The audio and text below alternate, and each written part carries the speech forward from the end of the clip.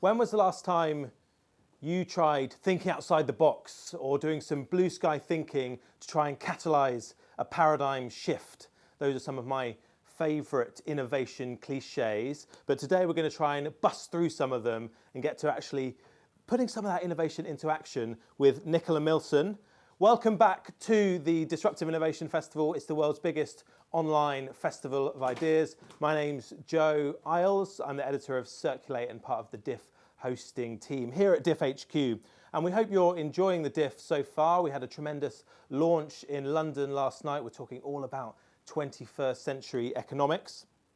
And already today, we've had a discussion of the circular economy in Asia. We've discussed what impacts the driverless future might have on our lives and on our cities. And we've asked if platform co-ops can really fix the sharing economy. But we've got loads to get through now, so on with today's session. Now, you heard some of my favourite innovation cliches. This is my 4th year at the Disruptive Innovation Festival now, so I've been immersed in that sort of BS for a few years, but it is meaningful. It is meaningful stuff if we can put it to good use. So I'm joined today by someone who spends a lot of her time doing that. It's Nicola Millson.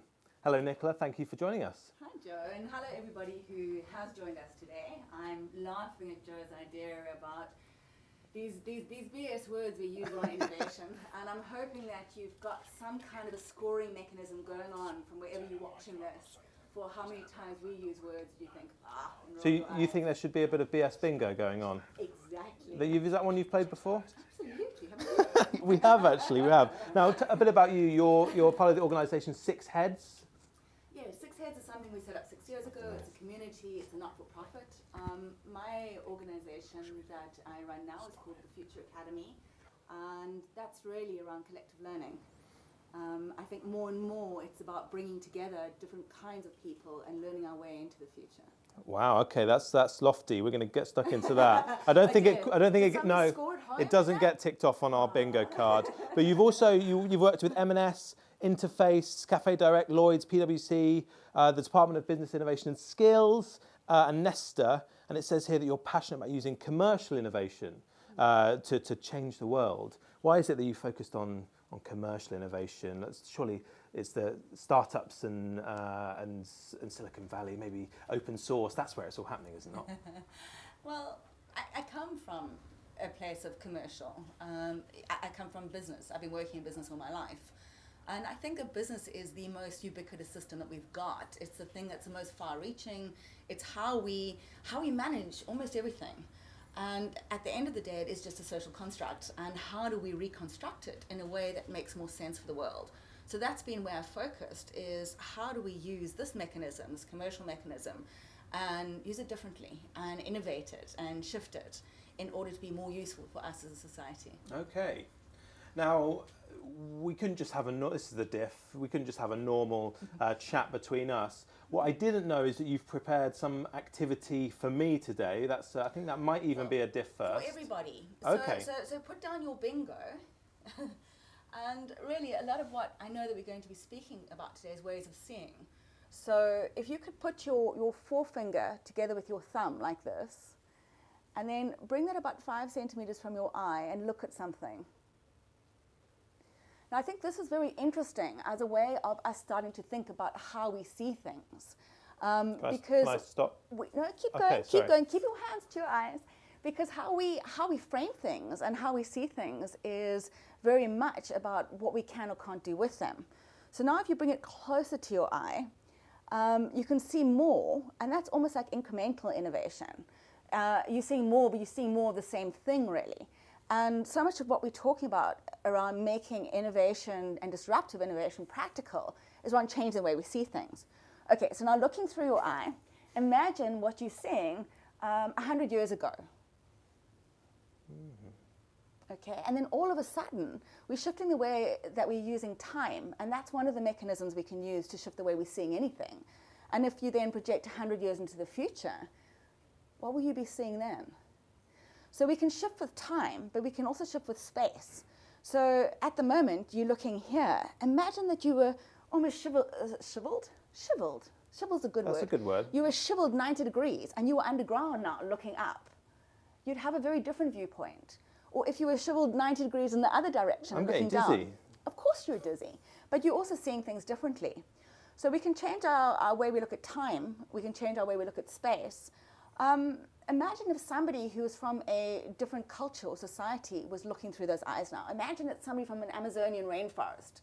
They might be looking through your eye right now and thinking, that is a very poor jungle you've got there. You're going to go very hungry That's our this best evening. jungle. As jungles go and cows, I reckon it's magnificent. But whoever's looking, the onlooker is going to look at things differently. And then, of course, you might have a different way of, you might put in a contact lens into your eye that's got a red film to it, or something that actually changes the mechanism. So you can put your hand down. Thank you. But what I was really trying to say is that we tend to take what we're seeing as static in a place and time, in a place and space, and we tend to think that everybody is seeing things the same way, no matter where they're from or no matter what mechanism we don't even think that we're using. So thinking practically and disruptively is around playing with parameters, playing with the seer, playing with your mechanism that you've got. Well, that's a fantastic start, and my colleagues will be delighted. They've got a lot of footage there for the diff blooper reel of me looking ridiculous. But this is about changing the way that we're seeing the world, about the way we might be seeing business, and to ground that a bit. That's the sort of thinking that you bring to work with businesses, and I know specifically you work with entrepreneurs. For those of us who may be more familiar with the entrepreneur, what do you mean by entrepreneurs, and how do you work with that group of people? Well, to be honest, I like to work with both. Entrepreneurs, intrapreneurs. I like to work with change makers. It's more fun. People who get it, who are trying to do things. And the real question is, how can you help these people, whether they're entrepreneurs or intrapreneurs, see differently in order to be able to shift what they are doing to be more impactful? So, for example, do you want an example? I'd love an example. We love examples. We love examples. So last year we did a project for SAB Miller, who, as you now know, has been bought by InBev. Mm-hmm. And they asked us to work with their intrapreneurs globally, to find them, to nurture them, and to help them come up with business ideas and build those business ideas. And an entrepreneur is someone in a business trying to do something socially beneficial. So that's how we define it. So we found all these people who were trying to do something socially beneficial for the company, using commercial mechanisms to do that. And we helped them, we nurtured them, and really supported their thinking. So one of my favorite people from that time is a wonderful girl called Tando. Tando, hi. And that can also go in the blooper roll, it's fine, frankly ridiculous. And Tando came to us because she worked in procurement and she was looking for ways of creating more value from waste grain. How does your excitometer go when I say creating more value from waste grain? Well, my excitometer is going quite high. Wow, okay. That's not true for almost anybody. We're talking about beer, aren't we? But what she did is she started to rethink and redefine the purpose, which is another way of really seeing differently. And she's now shifted what she's doing to how do we solve hunger one loaf of bread at a time? Which is, again, that whole idea about thinking disruptively, is changing the purpose of what you're trying to do. And absolutely, she's getting more value from waste grain. She's selling it to entrepreneurs who are running small bakeries, who are making bread that's more nutritious, that can solve hunger. But she switched her entire thinking about what's possible, which is, I'm hoping, what Diff is all about. That's exactly what Diff is all about. And if you're just joining us at the Diff, we're here with Nicola Millson. We're talking about intrapreneurs and entrepreneurs, how they can reclaim some of those innovation cliches that we started out talking about here in this session. When we're thinking about that sort of, I mean, that example you just gave of someone making use of waste grain is fantastic, and I think one of the frustrations frustrations I have with innovation generally, when people talk about it, is it all seems quite vague. We're just talking about a bit of some sort of change. What for myself and for the viewers, what are we heading towards? Is there what's the vision, or is there anything guiding the sorts of those change makers that you just spoke about? What sort of principles or values? Well, that's really interesting. I like to work with people who are driven by the idea that they can use their talents, their skills, their ways of seeing to actually create the future they want to live in. And there were some beautiful quotes that were being flung around last night at your wonderful launch about actually I am responsible for the future because I have to live in it. And people with that kind of attitude, I think, are very exciting to work with.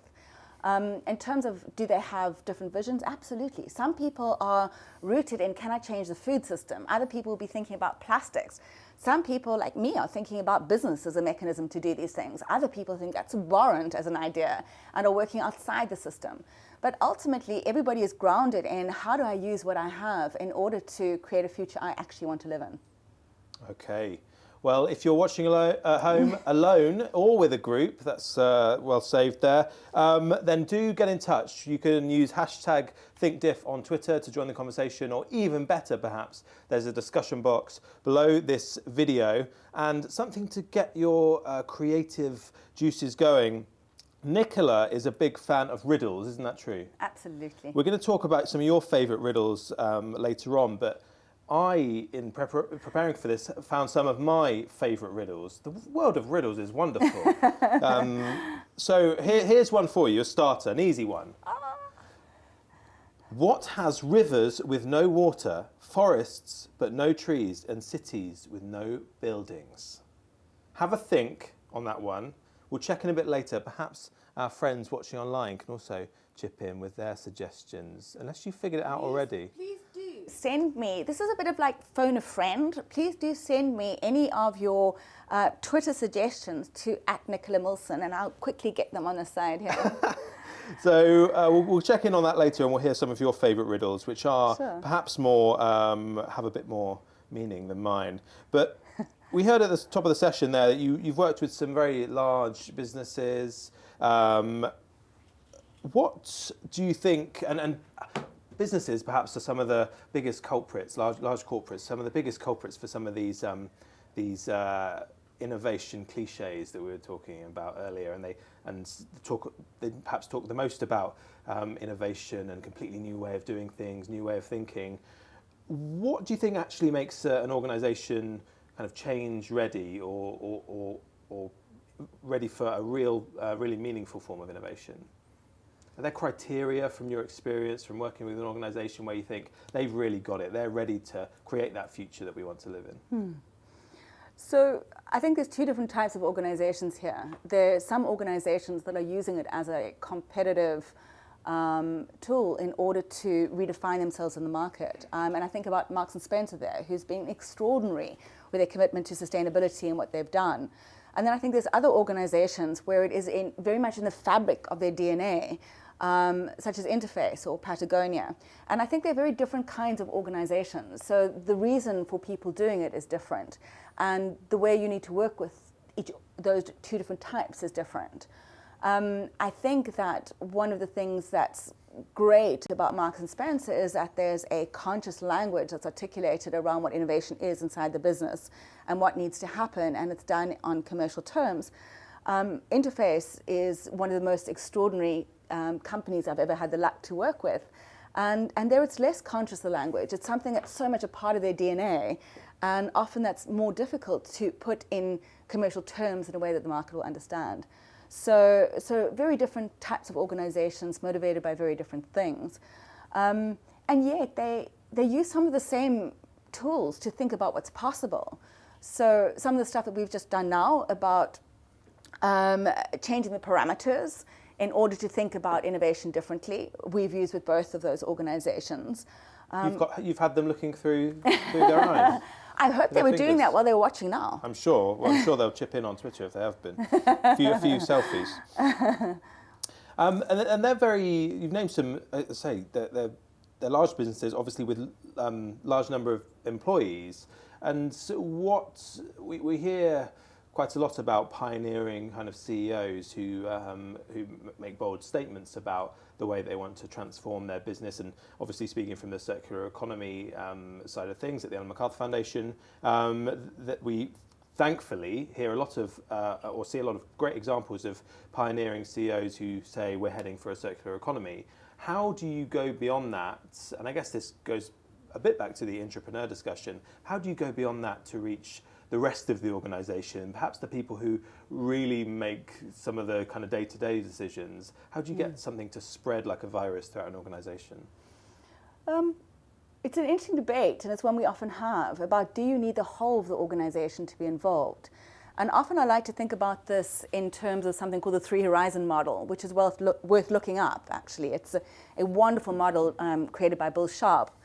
And the 3 Horizons says that at any time in an organization, and sorry, Bill, I'm probably paraphrasing this, there's 3 kinds of innovation that's going on. You've got your real visionary innovation, which is your Horizon 3, which is fascinating. So that's your Elon Musk. That's thinking about how you join the most extraordinary future dots between AI and turbo-driven whatevers, and that's going on there. And that's fundamental for an organization to know and to be plugged into. The first one is where we are now, and that's a reality of the status quo. That is the incremental innovation just to make things happen. And the second horizon is what bridges those two. And I think that gets quite interesting because you need to engage your organization in all 3 ways. You need to have your visionaries who's setting out the course of the future. That's extraordinary. You need to have your entrepreneurs within your organization who can translate that into more near-term opportunity. And then you need to have your people who can just make the status quo work and make it better. So how do you engage the whole organization? So for example, around something around the circular economy. I think it would be fascinating to engage some of the visionaries around some of the potentiality of artificial intelligence and new tech and blockchain and what's possible there. It would be very interesting to engage those people in the middle about how do we work with unlikely suspects, startups around new materials, different ways of processing and doing things in order to move us towards that future. And then, of course, in the status quo, what can we do right now to limit our waste, to change things, to see what we can do? So I think you can frame 3 different problems across the 3 different parts of the organization and work with them all independently. About working at different scales. I like that. 3 horizons, if you need to do some more reading on that. We've had a few questions in. Jeff on Twitter says, please do more looking through your fingers. Maybe not in this session, Jeff, maybe in another one. And Alan on the Diff site says, some of the language around a better future is almost so vague, it's meaningless. What is this better future? And are there any principles that we should aim for that you actually endorse? So something we skirted around a bit earlier on, but that does sound very vague, doesn't it? Just a better future. What do we actually mean by that? So for me, and I'm open to people having different definitions of that, but for me, it's an idea that we're living within our planetary boundaries and there is enough for all. And those are my 2 principles that I think would make a better future. So to make sure that we don't have people who are dying of hunger and other people that are hiding things offshore, and to make sure that we're not raising Amazon rainforests in order to make stuff that people throw away within 6 months. So how do we live within our boundaries, and how do we do it in a way that there's enough for all is my idea of a better future. What's yours? Well, obviously, I have to say circular economy, so that we regenerate natural systems, keep products and materials in use, and design out waste and pollution. So those are 3 guiding principles for an economy that I, and I guess most of us here curating the Diff would think works in the long term. So keep your questions coming in. Use hashtag ThinkDiff on Twitter, or use the discussion box like Alan to submit your questions. Now, we did start talking about riddles. Did you have an answer for my... No. No one's saved anyone you. saved me? No one saved you. So the answer to that one, just to recap, what has rivers with no water, forests but no trees, and cities with no buildings? A map. Oh, how wonderful. I know, you'll reuse that one, I can tell. Another riddle now, and this will all come together a bit later on. I could give you a riddle. But hold that thought. You can hit me with a riddle just after this one, because we are going to... we've got another riddle here. This one I really like. This is for, because you're so familiar with riddles, we're actually going to put this one to Sarah, who's a co-host here at the Diff. And Sarah's also going to tell us about some of the fantastic other sessions coming up at the Diff. But Sarah, I know you love riddles as well, so here's one for you. I am full of holes, but can still hold water. What am I? You stumped me there, Joe. I have no idea. But anyway, if you're enjoying this session and you're interested in business innovation and improvement methods, you'll want to tune in on Thursday the 9th of November at 4 p.m. GMT to Be Digital or Die. And in this live chat, you can learn how to harness the power of emerging technologies such as blockchain to transform your current business strategies. And then if you fancy yourself as a bit of a creative thinker, you don't want to miss the fantastic opportunity that's kicking off this Friday. You can join Simon and Alex from the Ellen MacArthur Foundation at 5 p.m. on Friday the 10th of November for the launch of the Circular Design Case Challenge and get those brain juices flowing before the weekend. Now, Joe, I have no idea what your riddle was, so you're going to have to tell me. Thanks. Any ideas with that one? No. Oh, I thought you were a riddle expert. Tell us, Joe. I am full of holes but can still hold water. The answer was, of course, a sponge. A Fabulous. sponge. Yes. So we have been banging on about riddles. I'm sure the viewers at home are a bit baffled.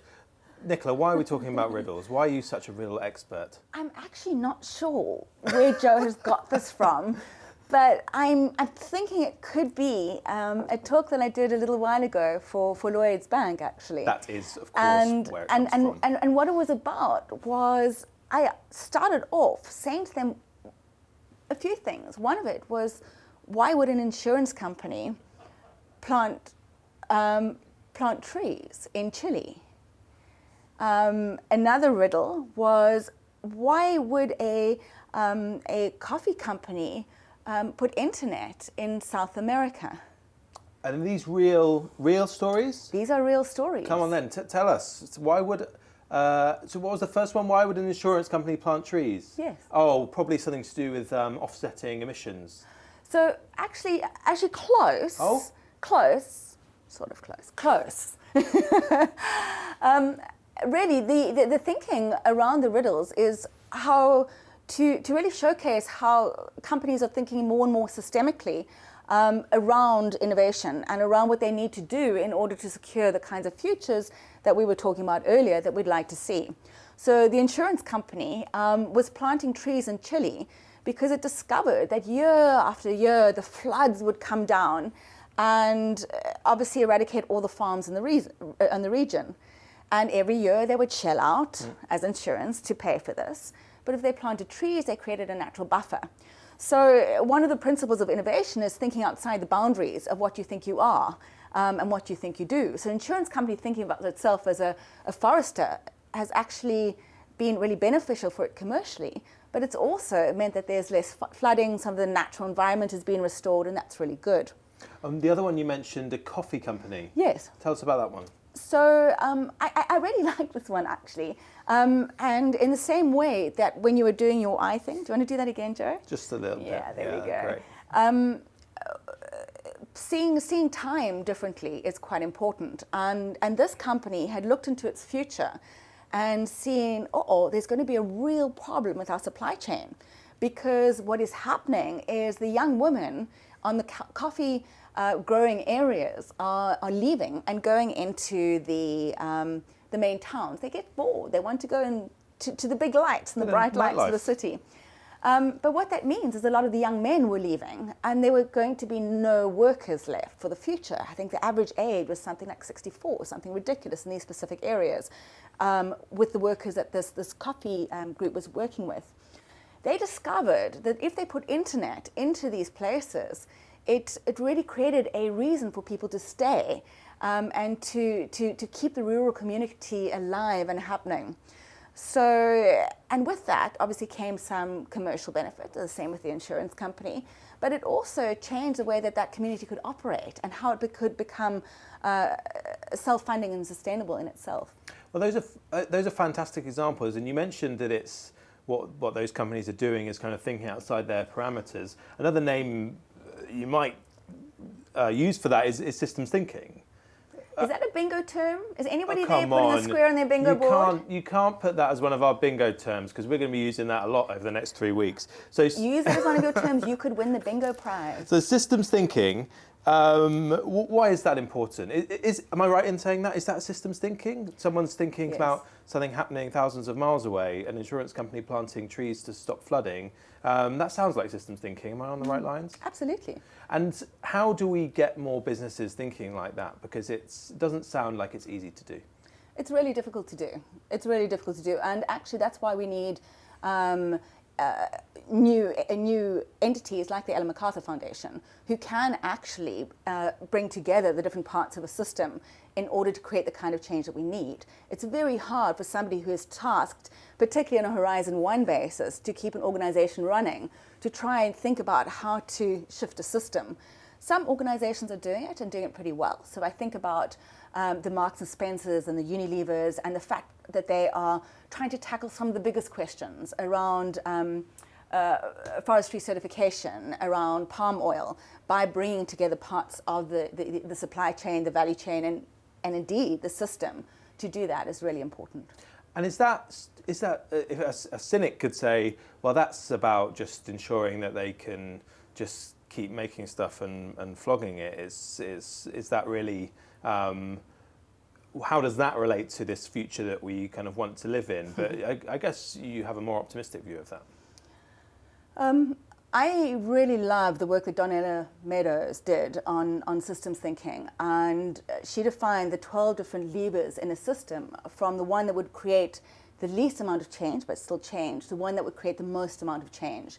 And the thing that creates the most amount of change is where you can change the paradigm, that's a bingo, the way of thinking.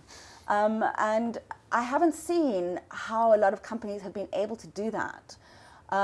Some of them are just changing the rules. They're saying we're going to use less, we're going to do it differently, but very few are saying actually we need to shift the system. Patagonia is a very nice example, and I'm actually working with them next week, which I'm very excited Fantastic. about. But they really did something very different when they said buy less stuff, and they came out with that on Black Thursday, Black Friday. Yes, of course, yeah. That was a direct way of saying, hey, there's a different system here. Let's think about what it is. Let's reuse, repair, recycle. It's almost circular thinking. Well, it's they definitely one of my favourite examples of theirs is they offered a free repair for their suitcases, and found that the handle, the extendable handle they'd engineered so it was pretty good, but it would only last 1,000 uses. Or something along those lines, and they found that customers were shipping them across the country back to kind of HQ as boxes full of air. So they said, let's work with iFixit so that people could actually repair them themselves. So Fantastic. Then they would send them a handle so they could do it themselves and follow the repair guide online. So definitely, I mean, they come up in conversations so frequently as well. As one of these organisations that is thinking along those lines. But that leads me nicely onto a question from LucyB, who's commented watching and commenting on the discussion platform on thinkdiff.co. Something you've mentioned, you've touched on already, but what is the trick to thinking systemically? How do you convince a large organisation that systems thinking is an approach they should embrace? Let's take the second part of that. How would you convince an organisation? So is it about telling them some great stories of other people that have done it? Do you dangle the competitive advantage carrot in their face? Is it how do you lure them in? It's really tricky. I think what I would say is an organization sounds like some big amorphous blob, but it's not. It's actually always individuals. And at the end of the day, you're always working with individuals. You are working with people with different kinds of hopes, dreams, and perspective, actually. So part of it is understanding where they're coming from. So are they a Horizon 1 individual who really needs to manage that status quo and get things working there and keep it going? In which case, how are you helping their agenda, and what could that look like? And how does that fit in? Is it a Horizon 2 person who's been tasked with setting up something new? What does that look like? And how do you excite and really engage this future thinking if that's the person you're talking to? And you can take any number of models, the ENTPQJ model, the blue, green, yellow insights model. You know, that are you an extrovert, introvert? Oh, okay. So you can take any of those models and use it to try and understand better who you're speaking to. You know, if you're speaking to somebody who likes to hear in facts and figures versus if you like to hear around what the people benefits are.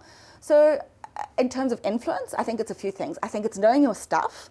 It's being able to tell your story in a number of different ways and to flex those ways to the specific individual that you're speaking to. Okay, more questions coming in. Keep them coming from #ThinkDiff and also on the discussion forum.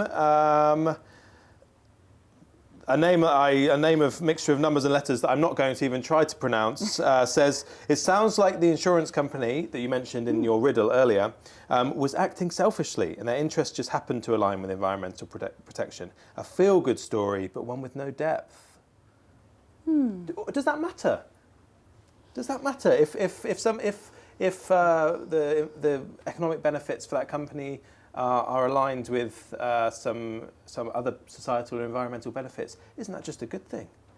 I think it's a great thing. And really, I don't want to judge people badly for any of this because, quite frankly, that insurance company has not only done something different around how they've approached that particular problem, not only have they created something environmentally that's very important, but beyond that, they've been a demonstrator for other insurance companies, indeed other companies, to think more systemically about how they are solving problems. So even if it's just something that did align with what they needed to make happen, ultimately it's a benefit for all of us, and it's got a ripple effect through different sectors and industries. And relying just on a bit of altruism alone might not be the way to get the sort of change that we need at scale and at a speed that we need. Look, controversially, I believe that we're all learning and we're all on a journey. And the things that I knew and thought about this area a few years ago, I've learned so much more. So when I hear a new organization that we haven't heard of before, that we always think of as being very, what is the word that they use there? Self-interested in terms of what they're doing. Selfishly, actually. Selfish, and where there's greenwashing involved. I have a bit of a contra view that I think that's great because it's almost like a little slippery slope that once an organization starts to think, oh, well, hold on, there's something here, we have to put up something. Ultimately, they need to start building behind that. And potentially that's naive or controversial, but I'm always excited when I hear people embarking on a green environment or social initiative that I think makes a difference. It's a start of something more. So you'd rather people kind of put their money where their mouth is or made those claims that then they can then be challenged on, perhaps. Exactly. So people can hold them to account. It's maybe better than nothing. Exactly. In the summary for this session, it makes reference to your appreciation of Doughnut Economics, a bit from Kate Rayworth. What is it you like about, Kate's coming up at the diff, quick plug there, but what do you like about Rayworth's work? You mentioned earlier about, in your principles for a better future, about kind of planetary boundaries, which is something that she touched on as well. There's a few reasons why I appreciate her and others like her. One is that we tend to, in the same way as we look through and see just one spot, we take things as they are.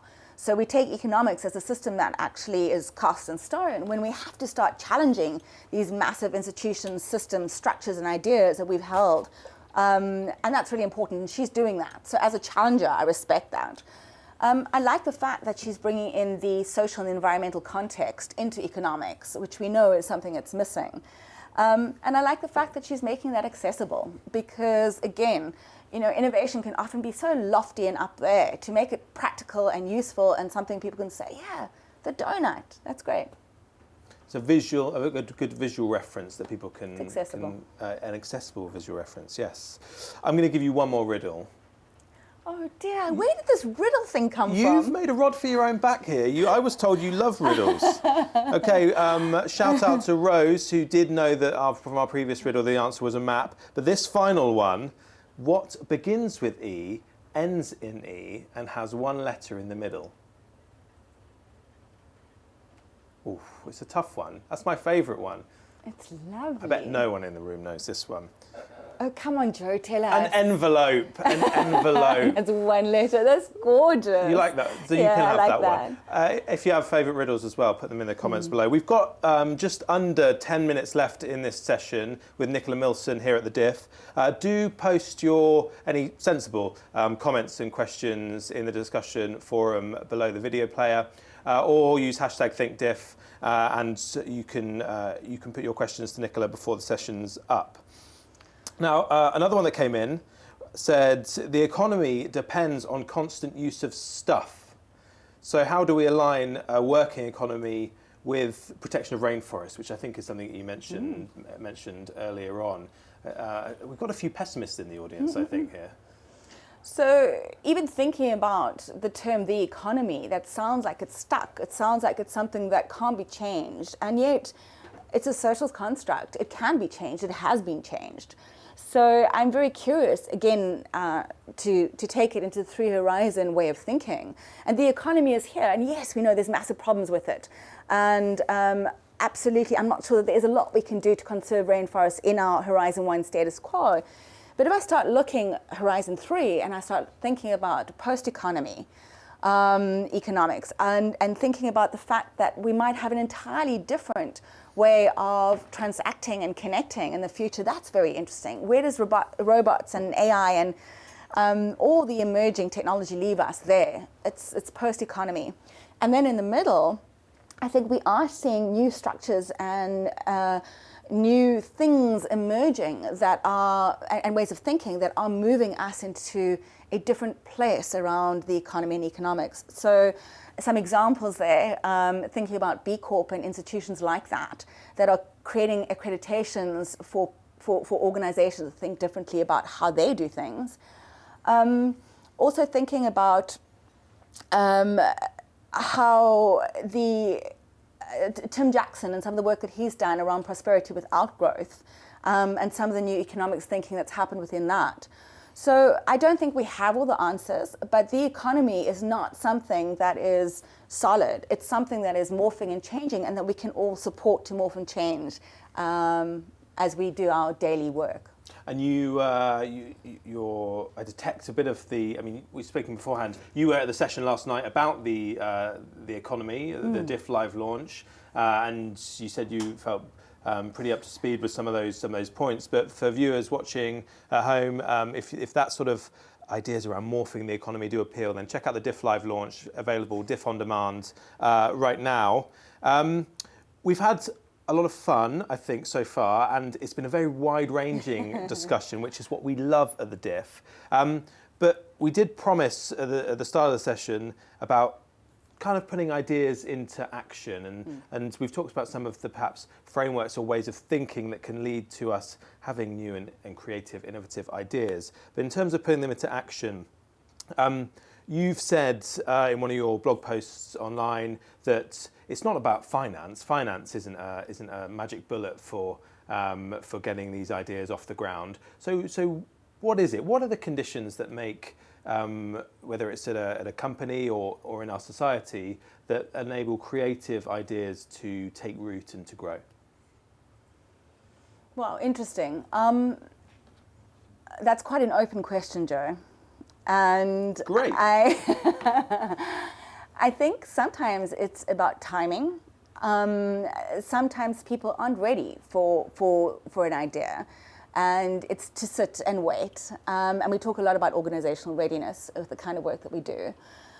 Sometimes it's about the way you frame the idea, and it goes back to what we said earlier about how do you influence an organization to support what you're doing. Sometimes it's the person that you get as your spokesperson for it, and we've seen the amazing effect, the Ellen MacArthur effect, if you like, around the circular economy, having somebody that people trust and do that. So there are different things that you can do in order to nurture an environment in which innovation and creativity can thrive. So things like so policy, is that something? This is a question I get asked, and I get stumped on it all the time. People say, what policies can we put in place to accelerate a circular economy? And I'm always stumped by it. So I thought I'd ask a bit more of an expert. Is policy part of it? Actually, I have to laugh because I've never really been involved with policy. I've been so focused on business, and it's only since Brexit that I've gone, wow, actually policy can have a huge effect, and have started to think about what's possible there. The way that I see it is policy is one of the systemic conditions that we need to really work with in order to create that context, and I think it's very important, and it can affect it sideways as well as front on. And what I mean by sideways, for example, is that I would love to see far more policy that allows for entrepreneurial growth of these new and fresh ideas through different kinds of subsidies, through different kinds of mentoring schemes, so to be able to shift policy away from large corporate support through to that bubbling up of innovation and creativity. Part of that is looking for youth and bringing youth in different ways. And then part of that as well is understanding that everything we're speaking about, climate change, plastic, circular, is not a problem. It's not a challenge. It's not something that can weigh down an economy. It's a huge opportunity. It's an opportunity for differentiation, for new skills, and for really having a place on a global agenda. I've got one more question for you from our online audience before we wrap up here at the Diff. It's from Wallace, who's submitted this question on thinkdiff.co. Wallace says, I work for a company that produces a lot of packaging waste, and I want this to change. Nice, Wallace. What can I tell the managing director tomorrow to help us change direction? Wallace, I don't know your managing director, and I don't know what pressures and levers and personal traits they've got, but I would suggest you think about it in different ways. It might be that there is a cheaper way of managing things that don't involve that level of packaging. It might be, and that might be thinking about how to meet the need that packaging does in different ways. And that would be quite interesting because most CEOs in my experience do want to know how to save costs. It might be on the risk basis. It might be speaking to them and saying, oh my goodness, do you know that there's some new legislation that's coming in about packaging? I don't know that there is. You'll have to look that up. And you're in trouble unless we get this right. And oh, I happen to have a solution. It might be from a consumer perspective. You might want to say, we're getting 100 letters a day from all the Mrs. Joneses around our packaging. There's starting to be a bit of consumer backlash here. We might want to look into it. And then you might want to appeal to something completely different. You might want to actually take all the packaging that an individual has to use in a day and maybe fill their office and say, this is how much we're contributing every 3 seconds. And this is where it goes, and really kind of get them on a very emotive level around what they're doing in terms of the earth. Well, we did say that it would get quite practical, and I think you've just given Wallace about 7 or 8 different aspects of his business plan there. Nicola, thank you very much for joining us at the Diff today. And thank you to everyone at home for watching along and submitting your great questions for us. We've hopefully got a bit more practical with the messy notion of innovation and cut through some of the blue sky BS that is wearing us down. It's been an absolute pleasure. I would love to know who won the innovation bingo and any other riddles that you've discovered, my kind of riddle around how companies are behaving differently in this space would be much appreciated. Okay, so bingo and riddles. It's been a very fun session here at the Diff. We will see you next time. Thanks for joining. Goodbye.